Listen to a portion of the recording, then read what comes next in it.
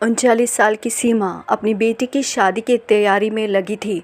जिस बेटी को आज विदाई देने की तैयारी कर रही थी, क्या पता था कि भविष्य में कुछ ऐसा भी होगा। अपनी 21 साल की बेटी कमला का उसने 10-11 साल बड़े लड़के मुकेश के साथ शादी करा दी। दोनों की शादी को लगभग 4 साल हो चुके थे। उसके एक बेटा और बेटी भी थे। बेटी अभी साल भर की भी नहीं थी कि कमला को बच्चेदानी का ऑपरेशन करवाना पड़ा। कमला के ससुराल में पति के अलावा कोई भी नहीं था जो कमला की मदद कर दे। साल भर की बेटी को संभालने की जिम्मेदारी उसकी नानी सीमा और पिता पर थी। पत्नी के पास होते हुए भी मुकेश दूर था। पत्नी को अपने पास लाने की असफल कोशिश करता, पर सास के आने पर मानो बची कुची कोशिश पर भी पानी फिर गया। बाथरूम के दरवाजे की कुंडी खराब थी।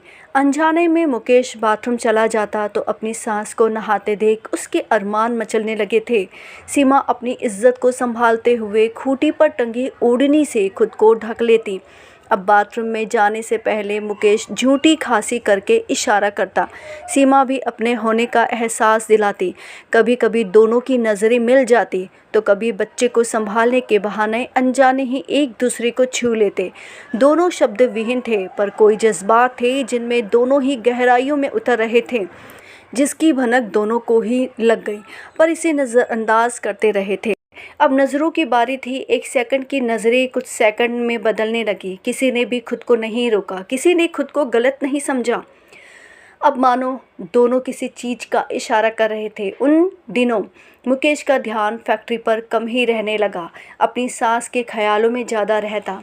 सीमा के चेहरे पर घूंघट होता था। जिस पर्दे से चेहरा अक्सर छिपा रहता था, वह पर्दा भी अब धीरे धीरे सर तक आ गया। आंखें जो झुकी रहती थी, वह मुकेश से चार होने लगी। उन दोनों के दिलों में प्यार के एहसास के हिलोरे धीरे धीरे किसी तट को छूकर जा रहे थे। यह सब इतना जल्दी हो रहा था कि कमला को इसकी भनक तक नहीं लगी। घर पर सीमा भी मुकेश के ख्यालों में रहती। 1 साल की विभूति के कभी गिरने पड़ने से जब वह रोती तो कमला के चिल्लाने की आवाज़ आती, माँ ध्यान कहाँ है तेरा, विभूति को चोट लगी है। तब जाकर सीमा उस मदहोश करने वाले ख्यालों से बाहर आती, वास्तविक जीवन में आकर अपनी जिम्मेदारियों को निभाती। कभी मुकेश को भी नज़रअंदाज करने की कोशिश करती, पर मुकेश भी तो सीमा के पीछे हाथ धोकर पड़ा था। मौका भी उसी ने ही दिया था। सीमा के पीछे हटने पर फिर उसे अपनी तरफ खींच लाता। किसी न किसी बहाने से सीमा के लिए कभी जलेबी लाता तो कभी कानों की लटकन। इसी बहाने सीमा से प्रेम इजहार करने की कोशिश करता।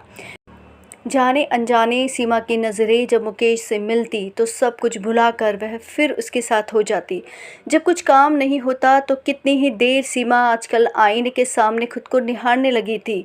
कुछ सफ़ेद हो चुके बालों को छुपाने की कोशिश करती, आंखों के आसपास झुर्रियों से परेशान हो जाती, पर फिर अपनी आंखों में काजल डालकर खूबसूरत दिखने का खुद को यकीन भी दिलाती।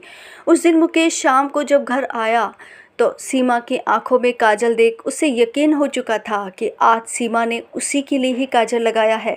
खाना खाने के बाद उस दिन तो मुकेश ने सीमा का हाथ ही पकड़ लिया। सीमा की धड़कनें बढ़ रही थी। उसके जज्बात उसकी उम्र और मर्यादा पर भारी पड़ रहे थे। जिस चीज़ के लिए दोनों एक दूसरे के प्रति आकर्षित हो रहे थे, सीमा ने सीमा लांघ दी। दोनों एक दूसरे की बाहों में छटपटाने लगे, जैसे दो जंगली जानवरों को बरसों बाद मिलने को मिला हो। जिस चीज़ के लिए दोनों एक दूसरे के प्रति आकर्षित हो रहे थे, दोनों एक हो चुके थे। जब सीमा ही टूट चुकी थी तो मुकेश का अब जैसे सीमा को कहीं भी कभी भी छूना, वह उस पर अपना अधिकार जता रहा था। इधर कमला के स्वास्थ्य में भी सुधार होने लगा था। मुकेश का अपनी माँ सीमा के साथ इतनी नज़दीकियाँ कुछ अटपटा सा उसे प्रतीत करवा रहा था। दिमाग इस बात को मानने के लिए मना कर रहा था। माँ मुकेश के साथ अब ज़्यादा खुश और जिंदा दिल दिख रही थी। वहीं मुकेश का अपनी माँ की तरफ अलग से देखने का अंदाज, उनकी नज़रें आपस में जैसे बहुत सारी बातें कर रही थी। कमला ने कुछ भाप कर अपनी माँ सीमा को फिर से अपने गांव भेज दिया। मुकेश कहाँ मानने वाला था। फैक्ट्री से लौटने के बाद सीधा अपनी सास सीमा के पास जा पहुँचता। फ़ोन करके गांव के पास बने खंडहर वाले किले में बुला लेता। सीमा भी मुकेश से मिलने को तरस ही रही थी। दीवार पर टंगे एक टूटे से आईने में खुद को संवारती, घूंघट कर घर से निकल पड़ती। गांव में गिने चुने लोग सभी एक दूसरे को अच्छे से ही जानते ही थे। भले ही वह घूंघट में थी, पर उसकी चाल ढाल देखकर पहचानना आसान होता था कि यह कौन है। अब आए दिन सीमा मुकेश से मिलने चली जाती। आते जाते लोग भी पूछ ही लेते कि सीमा रोज़ इस रास्ते कहाँ जाती है। सीमा भी कोई ना कोई बहाना बना लेती, कभी बकरियों को ढूंढने का बहाना तो कभी शौचालय जाने का बहाना। सीमा के पति तक भी गांव वालों की फुसफुसाहट जा पहुंची थी। एक दिन सीमा के पति ने सीमा का पीछा किया। अपने जमाई और सीमा को आपत्तिजनक स्थिति में देखा तो वह भी आग बबूला हो गया। सीमा को जब वह मारने दौड़ा तो मुकेश ने सीमा का बीच बचाव किया। मुकेश जवान था, इसीलिए उसने अपने ससुर को एक ही झटके में पछाड़ दिया। मुकेश के ससुर के लिए यह सब किसी सदमे से कम नहीं था। वह बोला, तू तेरी बेटी का घर बर्बाद कर रही है, तेरी बुद्धि भ्रष्ट हो गई है, अपनी बेटी का सामना कैसे करेगी। सीमा का हाथ मुकेश ने अपने हाथ में ले रखा था। ससुर के लिए अपनी पत्नी के साथ रहना अब असंभव था। पंचायत में उन्हें बुलाया गया। मुकेश को सीमा की मांग में सिंदूर भरवाया गया और गांव से बेइज्जत कर रवाना किया। खबर तो बेटी को भी लग चुकी थी। अपनी ही मां को सौतन के रूप में कैसे देख सकती थी। बेटे के जीवन में तो जैसे पहाड़ टूट गया था। दो छोटे छोटे बच्चों को लेकर कहाँ जाए। पिता के घर के अलावा कोई और सहारा था भी नहीं। पर पिता तो खुद ही खेतों पर मजदूरी करते, कैसे पिता पर बोझ बन जाए। इधर खुद की माँ से आए दिन झगड़े बढ़ने लगे। माँ ने एक दिन कह ही दिया, अब यहाँ तुम मेरी सौतन बनकर रहो, क्योंकि मैं तुझसे बड़ी हूँ। कमला की ऐसी हालत देख पड़ोस की काकी ने भी समझाया कि बच्चों की तरफ देखो, नशा कैसा भी हो एक दिन उतरता ज़रूर है। मुकेश का भी उतरेगा, वह एक दिन तेरे पास फिर से आएगा। सब कुछ समय के हाथ में छोड़ दो। दो कमरे के घर में अपनी माँ और पति के रोमांस को रोज देख देख कर तो उसका खून खोलता था। ऊपर से शादी और करवा कर कमला के लिए तो और मुसीबत बढ़ गई थी। समझाने वाले लोगों ने भी समझाया कि जो हुआ सो हुआ, किंतु अपनी बेटी और उसके बच्चों का घर तो मत तोड़ो। पर यहाँ लोग मानने वाले कहाँ थे। विश्वास नहीं हो रहा था कि एक माँ ऐसा कैसे कर सकती थी। कमला घर के एक कोने में पड़ी रहती और अपने बच्चों को संभालती। ना पिता अपने पिता होने का फर्ज निभा रहा था और ना ही एक नानी। इस घर में कमला का मन बेचैन हो रहा था। उस अच्छे समय के इंतज़ार में घुट-घुट कर नहीं जी सकती थी। उसने अपना सामान बांधा और अपने पिता के घर जाने का फैसला कर लिया। मन में विचार किया कि अपने पिता के पास रहकर अपने पिता की सेवा कर लूँगी, साथ ही खेतों पर काम भी कर लूँगी। अच्छे विचारों से निकली कमला जब पिता के घर पहुँची तो जो वह देखा तो बस उसे देख उसके सारे अरमान पानी में फिर गए। पिता बोले, सभी अपनी मर्जी की ज़िंदगी जी रहे हैं तो मैं क्यों पीछे रहूं। मैंने भी तीसरी शादी कर ली है। तू तेरी माँ की हरकतों से दुखी मत हो। वह तेरी सगी माँ नहीं थी। सगी माँ होती तो तुझे फूलों पर रखती, पलकों पर रखती। जब तुम 3 महीने की थी तभी तेरी माँ गुजर चुकी थी। तू भी पीछे मत रह, कोई लड़का देख दूसरी शादी कर ले। कमला ने कहा, किंतु मैंने आज तक उन्हें अपनी सगी माँ ही समझा था। मैं कभी सौतेली बेटी नहीं बनी। तभी कमला के पिता की नई पत्नी आई और कमला के मुंह पर दरवाज़ा बंद कर दिया। भूखी प्यासी कमला एक नीम के पेड़ के नीचे अपने साल भर के बच्चे को दूध पिला रही थी। 4 साल का बेटा जो भूखा प्यासा था मिट्टी से खेल कर जब थक गया तो कमला से खाना मांगा। माँ ने अपने दूसरे स्तन से अपने 4 साल के बच्चे को भी दूध पिलाया। आते जाते लोग उस पर तरस खा रहे थे। कोई कह रहा था, तेरी जैसी कोई अभागन नहीं। कोई बोला, तेरी ज़िंदगी में कुछ नहीं रह गया। कोई कुछ खाने को दे गया। 100 लोग मिले जिसमें से 99 लोगों ने उसे तोड़ने में कोई कसर नहीं छोड़ी। वह अंदर तक टूट चुकी थी। पर एक ऐसा मिला जो इस 99 लोगों पर भारी था।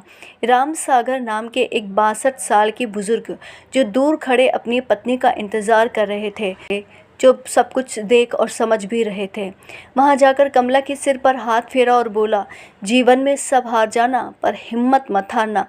या तो शादी कर फिर घर बसा लो, या अकेली खड़ी होकर अपनी और अपने बच्चों की ज़िंदगी अपने हिसाब से बना लो। मेरी एक पापड़ की छोटी फैक्ट्री है, यदि काम करना चाहती हो तो देख ले।